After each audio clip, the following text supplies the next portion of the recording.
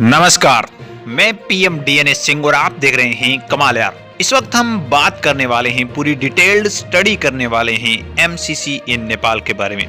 जहाँ दोस्तों हम जानेंगे कि एमसीसी अगर इंटर करी है नेपाल में तो क्या क्या फायदे हो सकते हैं इसके, और क्या क्या यहाँ पे नुकसान हो सकते हैं इसके। और इसके अलावा हम ये भी जिक्र जरूर करेंगे कि एमसीसी एक डेवलपिंग प्रोजेक्ट होते हुए भी नेपाल की पॉपुलेशन इस पर विवाद क्यों खड़ा कर रही थी, यानी कि इसके ऊपर कंट्रोवर्सी क्यों चल रही थी, नेपाल के लोग क्यों नहीं चाहते थे एमसीसी को लाना। ऐसे क्या रीजंस हैं जिसके कारण ये इतना ज़्यादा कंट्रोवर्शियल टॉपिक बनकर रह गया और इतने दिनों तक, ऐसे कहें कि इतने सालों तक ये यहाँ पे पास नहीं हुआ, और अब अचानक से ऐसा क्या हो गया कि ये पास हुआ। इन सभी बातों का हम विस्तार से जिक्र करने वाले हैं। यहाँ पे वीडियो काफ़ी ज़्यादा नॉलेजफुल होने वाला है, तो वीडियो के अंत तक बने रहिए। और अगर आप चैनल पे नए हो तो चैनल को सब्सक्राइब करके बेल आइकन दबा लीजिए ताकि आपको अगला अपडेट भी सबसे पहले मिल सके। चलिए वीडियो को शुरू करते हैं।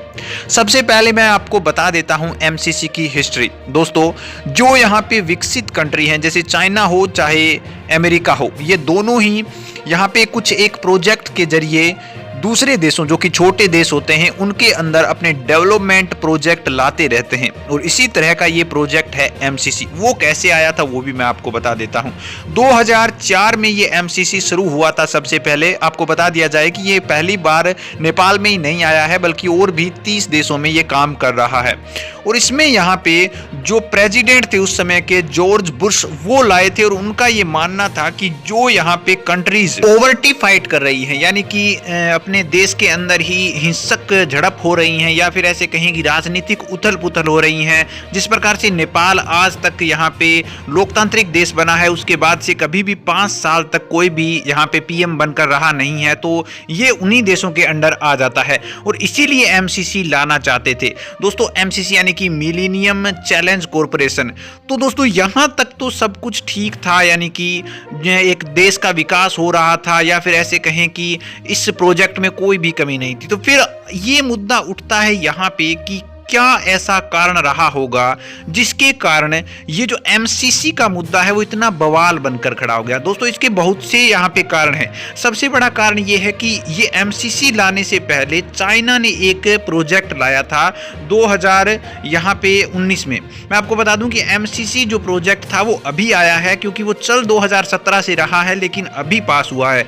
तो मैं आपको बता दूं कि high profile two day visit by Chinese president Jinping in October 2019, और वो यहाँ पे इसमें मोस्ट सिग्निफिकेंट करके गए एक प्रोजेक्ट को, जिसके अंदर बेल्ट एंड रोड इंस्टीट्यूट, ये रेलवे एंड रोड कंस्ट्रक्शन था, और जिसके अंदर उन्होंने अनुदानित जो सहयोग दिया था वो था डॉलर्स में बता रहा हूँ मैं 2.75 बिलियन।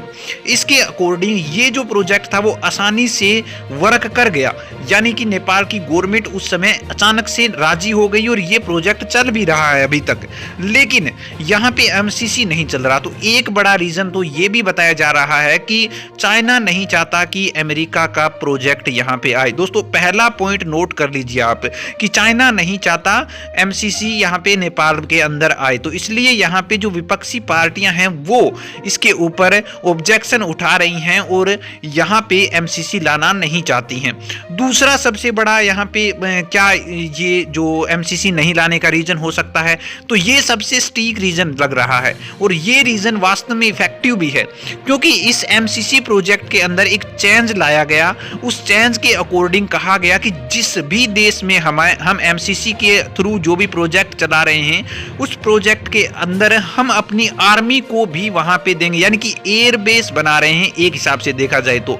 और नेपाल की ये पॉलिसी कभी भी नहीं रही है कि वो दूसरे देश को एयर बेस बनाने दे अपने देश के अंदर। तो ये सबसे स्टीक यहाँ पे रीजन भी दिखाई दे रहा है कि कहीं ना कहीं अगर नेपाल के अंदर यूएस की आर्मी आती है तो वो सही नहीं है। और इसीलिए लोगों ने, अब यहाँ पे लोग इस पर कंट्रोवर्सी क्यों कर रहे हैं, इसका स्टीक ये यहाँ पे पॉइंट बनता है कि लोग नहीं चाहते कि अमेरिका की आर्मी यहाँ पर आए। और दोस्तों, अमेरिका की आर्मी अगर यहाँ पर आएगी तो कहीं ना कहीं चाइना को भी नुकसान हो सकता है, इंडिया को भी नुकसान हो सकता है। तो ये रीजन सबसे स्टीक बैठता है। और एक और रीजन भी है इसके अंदर इसके अंदर तीसरा बड़ा रीज़न ये भी है कि अभी तक 2017 से नेपाल के अंदर चुनाव नहीं हुए हैं, तो उनके पास जो चुनाव होने वाले हैं अभी, तो उनके पास ये बढ़िया रीज़न है कि ये इस मुद्दे को उठाएं। विपक्ष के पास ये सबसे बड़ा ओपिनियन है कि इसके ऊपर यहाँ पे एंटी जाकर किसी न किसी तरीके से इस मुद्दे को बवाल बनाया जाए। तो कहीं ना कहीं ये भी मैटर करता है कि एमसीसी नहीं आने देना चाह रही यहाँ पे नेपाल के अंदर। और इससे बड़ी बात यह है दोस्तों कि इस एमसीसी प्रोजेक्ट के अंतर्गत यहाँ पे दो सबसे बड़े प्रोजेक्ट, जिसके अंदर एक जो यहाँ पे इलेक्ट्रिसिटी का है, हाइड्रो पावर प्रोजेक्ट है, जिसके अंदर भी नुकसान हो रहा है नेपाल का। यानी कि ऐसे कह सकते हैं कि ये जरूर है कि यहाँ पे एमसीसी के थ्रू ये प्रोजेक्ट बन जाएगा, लेकिन ये जो बिजली है वो डायरेक्ट यहाँ पे सेल करी जाएगी। ऐसे कह सकते हैं कि इंडिया सेल करेगा इसको और उसका फायदा नेपाल को नहीं होने वाला। तो जब नेपाल को फायदा ही नहीं होने वाला तो नेपाल इस प्रोजेक्ट को लाने में इंटरेस्ट दिखाएगा ही क्यों?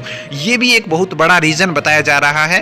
तो हम कह सकते हैं कि इसके अंदर भी अमेरिका को फायदा होने वाला है। वो अपने इंस्ट्रक्शन के थ्रू जो भी पैसा आएगा वो यहाँ पे अमेरिका लेकर जाएगा, तो अमेरिका को इसमें भी फायदा है। तो इसलिए भी यहाँ पे एमसीसी लाने का कोई वैल्यू नहीं बन जाता। लेकिन अगर बात करें दोस्तों कंस्ट्रक्शन की, तो कंस्ट्रक्शन दो बहुत बड़े कंस्ट्रक्शन है। मैं आपको बता दूं कि ये जो कंस्ट्रक्शन है वो टोटल यहाँ पे अगर बात करें तो 630 मिलियन का है, जिसमें से अमेरिका इन्वेस्ट कर रहा है दोस्तों 500 मिलियन और वहीं पे जो नेपाल है वो इन्वेस्ट कर रहा है 130 मिलियन।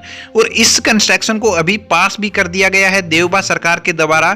और देवबा सरकार ने पहले भी डिमांड करी थी कि इस कंस्ट्रक्शन को पास कर दिया जाए, लेकिन ये कंस्ट्रक्शन इतने दिन इसलिए डटा क्योंकि इस प्रकार का कोई भी विदेशी कंस्ट्रक्शन आता है तो जो विपक्ष होता है उससे भी सिग्नेचर करवाने पड़ते हैं, उससे भी सेटिस्फेक्शन लेनी पड़ती है। और अभी यहाँ पे सेटिस्फाई करवा लिया गया है।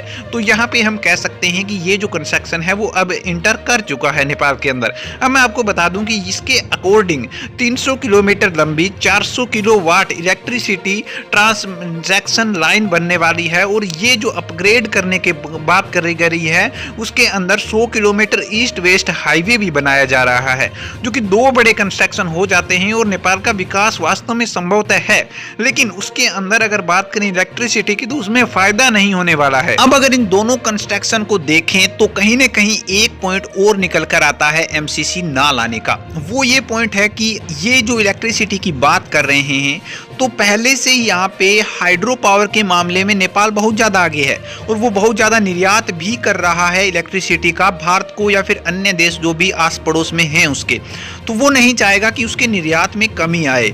यानी कि इस कंस्ट्रक्शन के जरिए अगर भारत को बिजली दी जाएगी तो कहीं न कहीं जो नेपाल खुद की बिजली बना रहा है उसके निर्यात में कमी हो सकती है, जो कि नेपाल बिल्कुल नहीं चाहेगा और ऐसा घाटा भी करना नहीं चाहेगा। तो ये भी एक बहुत बड़ा रीज़न बन जाता है दोस्तों। इन सभी रीजंस को अगर कंक्लूजन निकालें तो कहीं न कहीं नेपाल सही भी है अपनी जगह पर कि वो एमसीसी नहीं लाना चाहता।